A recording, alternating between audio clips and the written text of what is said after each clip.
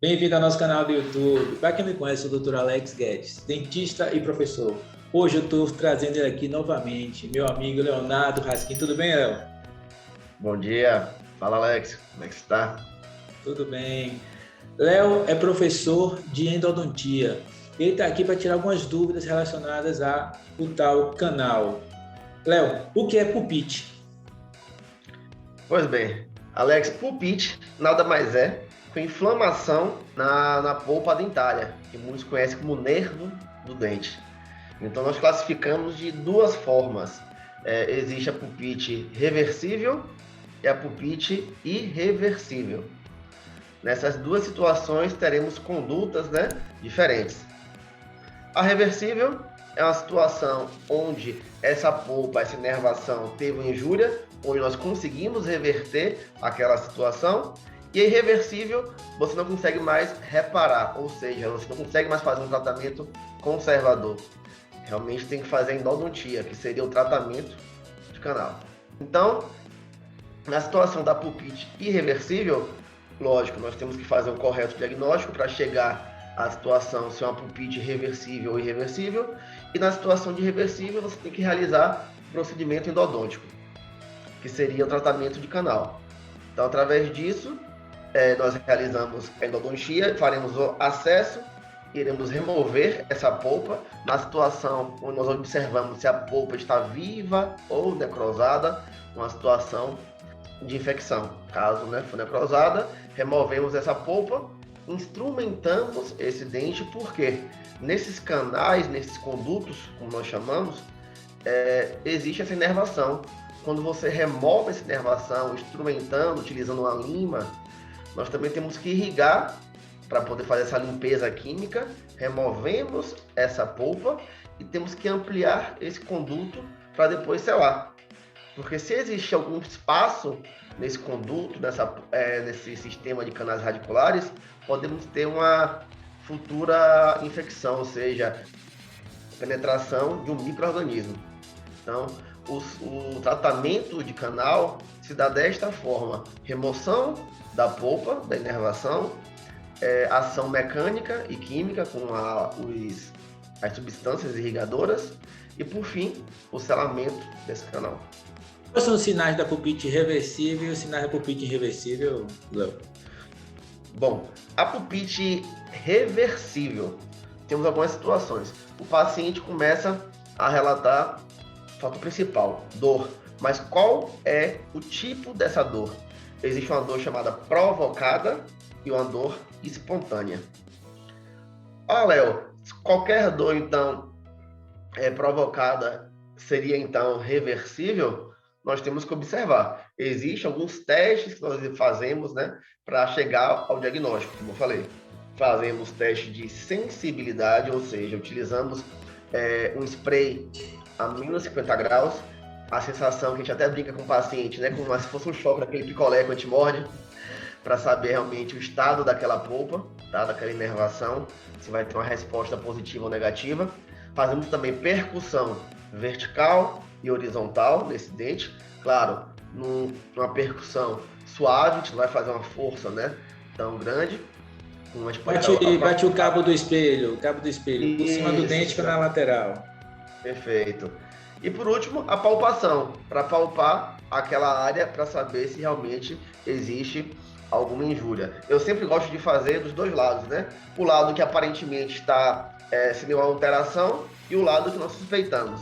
E por último, o exame complementar, que seria o exame radiográfico para observar toda a estrutura daquele dente, sempre coroa, crista óssea e a região radicular. Se a dor for provocada, se a gente observar de acordo com todos esses testes, seria realmente uma pulpite reversível.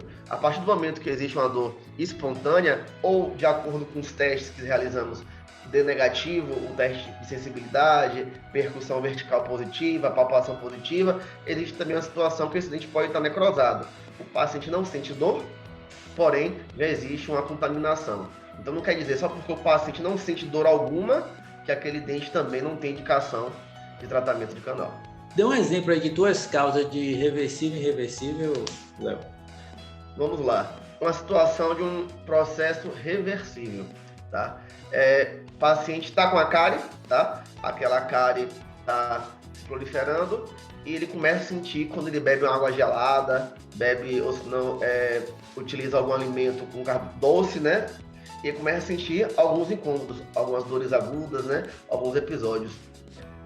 E essa dor é somente de curta duração, quando tem um estímulo daquele alimento, daquele líquido gelado ou quente, ou quando ele faz uma força, né, uma pressão dentária. Então ele já começa a observar que tem algum sintoma. É nessa situação que, através também dos testes, radiografia, que aí observou que essa cárie ainda não chegou naquela polpa, naquela inervação. Então são dores, né, momentâneas, em episódios que ele faz a utilização de algum alimento, de algum líquido naquele dente dali. Tá? E uma pulpite irreversível, posso dar 2 exemplos da irreversível, uma situação realmente de uma dor exacerbada e uma situação que não existe dor, mas existe algumas características. Vamos lá. Uma situação de uma pulpite irreversível, tá? Sintomática. Uma situação onde o paciente já tem uma dor espontânea. A dor, né, em vários episódios, não existe um estímulo para que aquele paciente sinta dor. Situações também onde o paciente dorme, né, quando ele está deitado, que a gente chama de decúbito, né, quando o corpo está em 180 graus. Sente dor também à noite, porque quando ele deita, a concentração sanguínea, né, fica mais localizada na região, né, da cabeça. Então a dor também são características que nós também observamos. Aquela dor o tempo todo lancinante, né, latejante. Então são situações que nós também poderíamos observar uma situação de uma pulpite irreversível sintomática. Sensação de dente, né, crescido, aquela pressão, características também.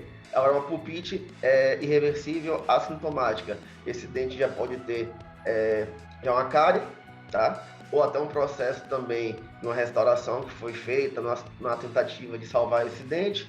Enfim, então, aquele paciente... Um trauma, né, também. São os fatores, né, bacteriano, né, físico ou químico. Aquele paciente, ele não sente dor, né, não demonstra dor, mas vai levando a vida, né, normal. E alguma situação, né, começa a formar, que a gente até brinca, aquela bolinha, né, que o paciente chama, que seria uma fístula, ou a partir de algum momento começa a sentir uma pequena pressão, ou quando ele faz, né, toca no rosto, aqui uma região, sente um desconforto, né, naquele local, e aí quando você faz uma avaliação clínica, uma radiografia, alguns testes também, como eu falei, né, anteriormente, o profissional observa que existe alguma alteração naquela unidade dentária. Então são situações que nós temos que observar. Não existe somente um exame complementar que eu já vou estabelecer um diagnóstico. Tem que ter esse casamento do exame clínico com exames complementares para que eu possa observar e traçar um correto diagnóstico. Porque se eu não tiver um correto diagnóstico, eu não vou ter um bom tratamento. Então a parte inicial, tá, é a principal, onde eu vou receber esse paciente, vou realizar todos os testes pertinentes em relação à parte endodôntica para estar eliminando, né, algumas questões, algumas dúvidas para chegar ao diagnóstico. Ainda tem situações, né, com tem uma ligação com a área da periodontia. Muitas vezes o paciente acha que é uma dor dentária, mas quando vai observar é uma dor gengival. Então, por isso que é correto uma boa avaliação para chegar ao diagnóstico preciso. Gostaria muito de agradecer, tá? Professor Leonardo Raskin, vou deixar aqui na descrição o Instagram dele. Qualquer dúvida, ele vai ter o maior prazer de tirar essa dúvida. Então, você vai lá no final do vídeo, tem lá a descrição. É só clicar no link que eu vou deixar. Siga ele no Instagram, que ele vai ter o maior prazer de tirar sua dúvida. É um professor, além de ser um professor maravilhoso, é uma pessoa excepcional. Muito obrigado. Obrigado, Alex. Agradeço pelo convite. Sempre quando você me convidar, estarei presente para esclarecer todas essas dúvidas, ter um bate-papo legal. E é isso. A odontologia é uma junção, né, de várias especialidades, né, que a gente possa discutir e chegar, né, a um bem comum. Um abraço. Obrigado. Tchau, tchau. Até mais.